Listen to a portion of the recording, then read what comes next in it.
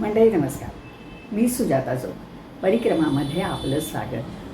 गेल्या वेळी मी जमदग्नी ऋषींची गोष्ट मी नंतर सांगेन असं म्हटलं होतं, पण माझ्या काही मित्रमैत्रिणींनी मला फोन करून सांगितलं की तू खंड पडू देऊ नको, ते आम्हाला गोष्ट लगेच सांग, आम्हाला उत्सुकता आहे. त्यामुळे मी ती गोष्ट आज सांगते तुम्हाला. तर जमदग्नी ऋषी आणि रेणुका हे दोघे आपल्या आश्रमात राहत होते आणि रेणुकेचा जन्म, रेणुका हे कालीमातेचं रूप, तर तिचा जन्म अशासाठी झाला होता की सहस्रार्जुनाचा वध करणं हे तिच्या आयुष्याचं महत्त्वाचं काम तिला देण्यात आलेलं होतं. त्यामुळे एकदा काय झालं की त्यांच्या आश्रमामध्ये इंद्र, कपटवेशधारी इंद्र तिथे आला. कपट रूप घेतलं त्यांनी. नाही, मला तहान लागली, मला पाणी हवं आहे, दुपारच्या वेळेचं आला. तर रेणुकेने तिला ओळखलं त्याला आणि तिच्या लक्षात आलं हा काहीतरी कपट कारस्थान करण्यासाठी इथे आलेला आहे. ती जागेवरनं उठली नाही, तिने त्याला पाणी दिलं नाही. जमदग्नी ऋषी म्हणाले की अशा वेळेला कोणी आलेलं असतं, उठ त्याला पाणी दे. तर ती म्हणाली, तिने काही बोलली नाही ती, आणि तिने जागच्या हल्लीसुद्धा नाही, ती शांत होती, बसून राहिली होती. मग जमदग्नी उठले आणि त्यांनी इंद्राला पाणी दिलं. पाणी प्यायला इंद्राने निघून गेला. त्यानंतर जमदग्नी रेणुकेला म्हणाले की काय हे गृहस्थधर्म कशाला म्हणतात? दुपारी दारी आलेल्या माणसाला तू साधं फुकटचं पाणीसुद्धा देऊ शकत नाहीस. कशासाठी गृहस्थधर्म आहे? कशासाठी आपण लग्न केलं? कशासाठी आश्रम स्थापला आपण? तिची खूप कानपडणी करतात आणि आपल्या मुलांना सांगतात, 5 मुलं असतात तिथे, त्या मुलांना सांगतात तुम्ही ताबडतोब तुमच्या मातेचा वध करा, रेणुकेचा वध करून टाका. ती मुलं तिथे असतात, ती चकित होतात. ती म्हणतात नाही, मी पिता आम्हाला जसे अवध्य आहे तशी मातासुद्धा अवध्य आहे, आम्ही नाही तिचा वध करू शकणार. तर ते म्हणाले तुम्ही जर जमदग्नी म्हणाले की तुम्ही जर तिचा वध आत्ता केला नाही तर तुम्ही इथल्या इथे मरून पडाल. ते काही बोलले नाही, पण ते उठले पण नाही मातेला मारायला. त्याबरोबर ते तिथे 5 जण मरून पडले. परशुराम ही मुलगा त्यांचा 6वा, तो बाहेर गेला होता, फुलं आणायला गेला होता. तो फुलं घेऊन आल्याबरोबर जमदग्नी वाटच पाहत होते जशी काही. त्याला म्हणाले की ही तलवार घे आणि मातेचा शिरच्छेद कर. परशुरामाने 1 सेकंदसुद्धा विचार केला नाही. त्यांनी ताबडतोब तलवारीने मातेचा शिरच्छेद केला. हे खुश झाले, जमदग्नी खूप खुश झाले, कारण त्यांच्या मनासारखं झालं होतं. तिने ऐकलं नव्हतं ना, त्यांच्या आज्ञेचं पालन केलं नव्हतं, खोकले होते ते खूप. मग ते तिला मारल्यानंतर खुश झाले, ते बरं वाटलं त्यांना. मग ते म्हणाले की वा, माझ्या आज्ञेचं तू पालन केलंस. परशुरामा, तुला काय हवं आहे ते माग, 1 वर तुला मी देणार आहे. परशुराम म्हणाला की माझ्या मातेला जिवंत करा आणि माझ्या 5 भावांना जिवंत करा. हे त्यांनी म्हणतात क्षणी जमदग्नींना पश्चाताप झाला की आपण हे काय करून बसलो, आपण आपल्या बायकोला मारलं, आपण मुलांना मारलं. मग ते म्हणाले की ठीक आहे, मी तथास्तु, आणि मी असं करीन की यांची जी स्मृती आहे, आत्ता जे काही सगळं घडलं ते त्यांच्या विस्मरणात जाईल आणि रेणुकेला जे मी मारलं आहे, ते जे मार पडलं आहे तिला, त्या जखमासुद्धा तिच्यावर राहणार नाही. अशा प्रकारे मी त्या 6 जणांना जिवंत करतो. मधल्या काळात काय झालं, जमदग्नीने त्यांना जिवंत करेपर्यंतचा जो मधला काही काळ होता, त्या काळामध्ये रेणुकेला काली भेटायला आली आणि ती म्हणाली की तुला काय आदिमाया भेटायला आली आणि ती म्हणाली की तू तुझ्या ध्येयापासून विचलित झाली होतीस, तुला जे काम दिलं आहे ते सहस्रार्जुनाचा वध करणं, तू त्याच्यापासून विचलित झालीस, त्यामुळे इंद्र तुला ती आठवण करून द्यायला आला होता आश्रमामध्ये. आणि इतक्यात परशुरामाने मागितला वर. मग परशुरामाने तिला हस्तस्पर्श रेणुकेला केला. त्यावेळी आदिमाया अदृश्य झाली, त्यांचं बोलणं अपुरं राहिलं. पण रेणुकेला हे कळलं की आपण जे काम करणार आहोत ते करत नव्हतो, म्हणून ती आली होती, म्हणून तो इंद्र इथे आलेला होता. तर परशुरामाने हस्तस्पर्श करता क्षणी रेणुका जिवंत झाली. आणि आता देह हवा ना, सहस्रार्जुनाला मारायचं असेल तर शरीर धारण करायला लागेल बरं. ती जिवंत झाली आणि जमदग्नींच्या लक्षात आलं की आपण खूप क्रोधाच्या आहारी गेलो आणि आपण फार वाईट काम केलं आहे, बायकोला मारणं, मुलांना मारणं. आता हा क्रोध आपण जाळून टाकूया असं त्यांनी ठरवलं. आणि त्याबरोबर त्यांच्या शरीराचा क्रोध होता तो बोलायला लागला. त्यांनी तयारी सुरू केली क्रोधाला जाळायची. त्याबरोबर तो क्रोध बोलायला लागला. तो म्हणाला, नाही नाही, माझा त्याग करू त्याग करू नका तुम्ही. त्याचं कारण बघा, क्रोध जर नसेल तर तुम्हाला गवताच्या काडीइतकी सुद्धा किंमत कोणी देणार नाही. तेव्हा तुम्ही माझा त्याग करू नका. अथवा काही हिरण्यकश्यपूचा ज्यावेळी वध केला त्यावेळी नरसिंहांच्या नखामध्ये मी जाऊन बसलो होतो. नखांनी तो मारू शकला त्यांना. अनेक राक्षसांचा वध ज्यावेळी झाला, मारलं, लढाया झाल्या, त्यावेळी मी होतो तिथे म्हणून लढाया झाल्या, म्हणून घनघोर युद्ध होऊ शकतात. तुम्ही माझा त्याग करू नका. तेव्हा जमदग्नी म्हणाले, नाही नाही, षड्रिपू फार वाईट आहे, ते माणसाचा विनाश करतात, मी तुला जाळून टाकणार. आणि सगळी तयारी.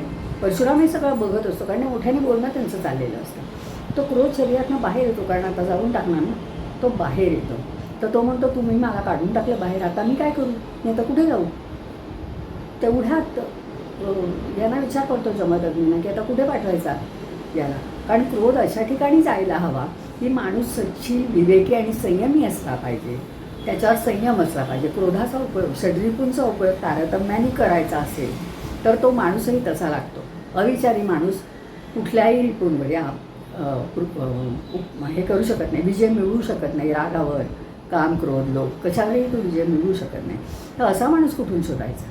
परशुराम समोर होता.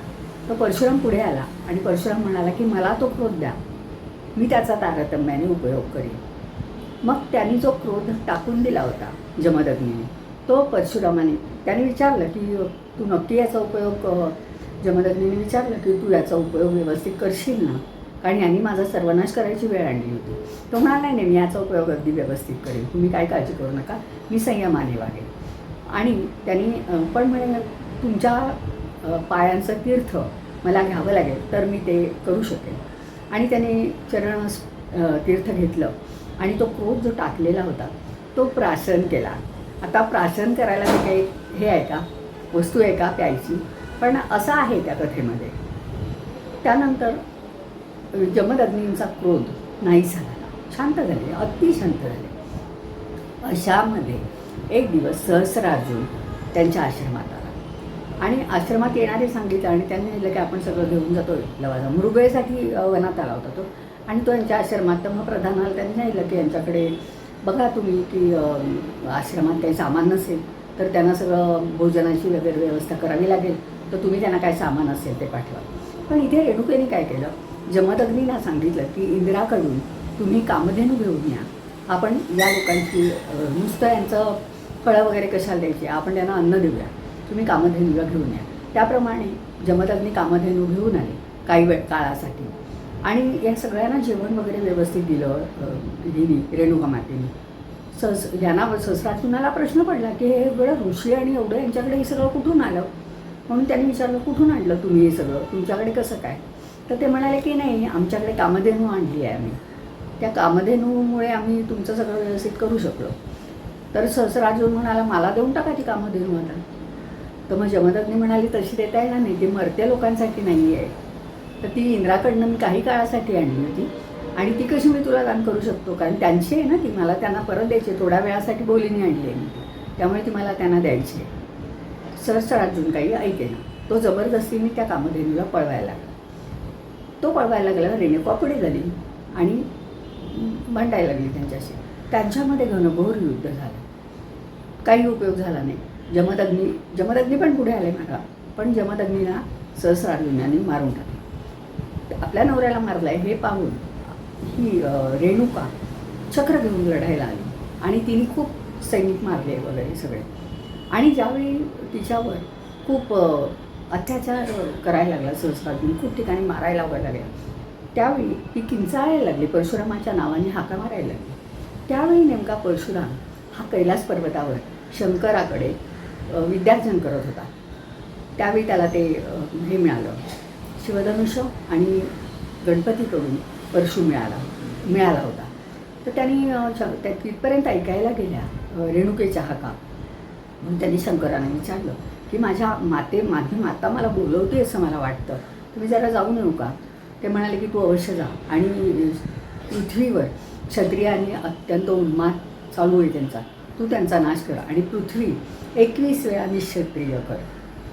तो खाली आला, परशुराम आला सहस्रार्जुनाच्या तिथे आला. तो त्यावेळी नाही, तो आधी रेणुकेकडे आला रेणुकाने सांगितलं की हा मला फार त्रास देतो आहे, तर तू याचा शिरच्छेद याचे सहस्र हात आहे, सहस्र तो आधी कापून टाक आणि त्याचं शिरुडं त्याचा नायनाट कर आणि 21 वेळा सगळे क्षत्रिय पृथ्वी निक्षत्रिय 21 वेळा कर.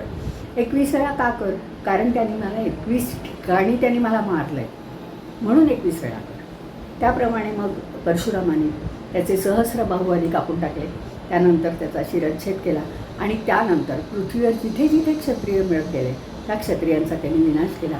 अशा प्रकारे 21 वेळा पृथ्वी निक्षत्रिय केली असे उल्लेख या रामायणात भावार्थ रामायणात. आणि एकूण आपल्याला माहिती आहे की परशुरामाने 21 वेळा पृथ्वी निक्षत्रिय केली आणि ब्राह्मणांसाठी नवी युग निर्माण केली.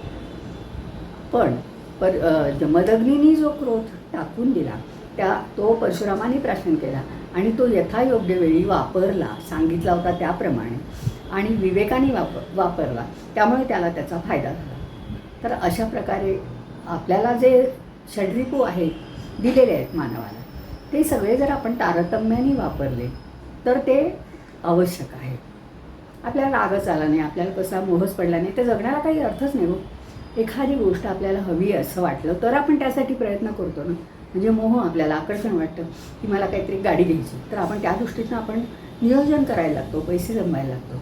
म्हणजे हे पाचही जे आहेत ना, 6 काम, क्रोध, लोभ, मोह, मद, काम तर आहेच. कुठलीही कामना निर्माण होणं, मनामध्ये इच्छा निर्माण होणं हे आवश्यक आहे.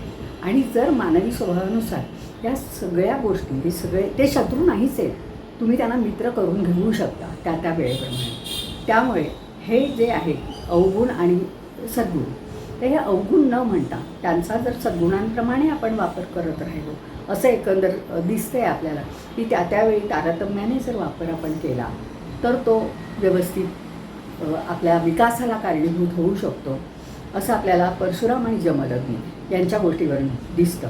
कारण जमदग्नींनी क्रोधाचा त्याग, समजा जमदग्नींनी क्रोध त्यावेळी टाकलेला नसता तर काय हिंमत होती सहस्रार्जुनाची त्यांना मारायची. एका शापात त्यांनी भस्म करून टाकलं असतं त्याचं, पण त्यांनी क्रोध टाकून दिला होता, त्यामुळे निर्बळ झाले होते. क्रोध हे अस्त्र पण आहे, शस्त्र पण आहे, हे सगळे शस्त्र पण आहेत आणि चांगले गुण पण होऊ शकतात. त्यामुळे एकंदर हे वाचत असताना आपल्याला या गोष्टी कळतात. आपण लोकांना म्हणतो तो म्हणजे अगदी जमदग्नीचा अवतार आहे, पण तो परशुरामाचा अवतार असू शकतो. क्रोध विशिष्ट वेळी वापरू शकतो, संयमाने जर तो वापरला तर आवश्यक आहे. शिस्त लावायची असेल तर थोडा क्रोध आवश्यक असतो. मुलांना शिस्त लावायची असेल, आपल्या रोजच्या आयुष्यात सुद्धा आपण बघतो थोडं रागावावं लागतं आपल्याला. त्या ठिकाणी आपण जर म्हणून नाही मी त्याला अजिबात रागवणार नाही, तो वाया जाईल ना. त्यामुळे त्या त्या वेळेला ते जे आहे म्हणजे काम, क्रोध, लोभ, मोह, मद, मत्सर हे सगळे जर तारतम्याने वापरत गेलो आपण तर ते आपल्या विकासाला कारणीभूत ठरतात, आपलं आयुष्य अधिक सुंदर बनवू शकतात. हे आपल्याला या कथांवरून कळतं. तर आता मी इथे थांबते आणि पुढच्या वेळी पुन्हा एखादा नवा विषय घेऊन भेटेल. धन्यवाद.